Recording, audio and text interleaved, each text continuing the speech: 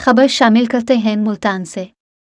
शाह महमूद कुरैशी का कहना है कि शहबाज जरदारी मुलाकात ने दुबई फैसलों पर महर सब्त कर दी। फैसले हो चुके हैं और मुशावरत बाकी है। सब जानते हैं इस मुलाकात में क्या गुफ्तगू हुई।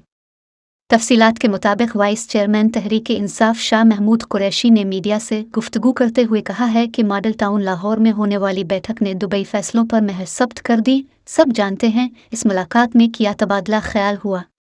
असेंबली की तहलील और निगरान वज़ीर आज़म के लिए दो बड़ी सियासी जमातों ने फैसले किए। उन्होंने सवाल उठाते हुए कहा कि ये वाज़े हो गया निगरान सीट अब किस नौयत का होगा।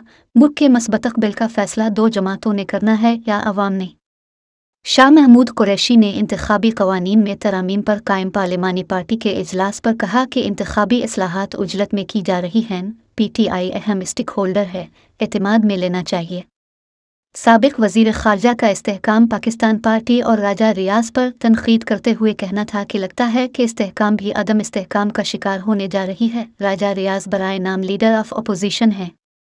उन्होंने मज़ीद कहा कि ये अब इब्हाम नहीं रहा निगरान वज़ीर आज़म किसकी मर्ज़ी का होगा। PDM की दीगर जमातों को भी एतमाद में लेना चाहिए। पाकिस्तान के सियासी मुस्तक़बिल का फ़ैसला किसने करना है। क़ब्ल अज़ीं शाह महमूद कुरैशी ने कहा कि मिफ्ता इस्माइल ने जो कहा ठीक था। इसहाक डार की ताख़ीर के सबब रुपए की कदर इस हद तक गिरे। उन्होंने कहा कि इंटरनेशनल मॉनेटरी फ़ंड IMF ने पाकिस्तान के स्टैंड बाई मुआहदे की मंजूरी दे दी। 3 किस्तों में IMF से रकम मिलेगी। उन्होंने कहा कि IMF ने जायज़ा रिपोर्ट जारी की। स्टैंड बाई मुआहदे में एनर्जी रिफॉर्म्स का जिक्र किया गया।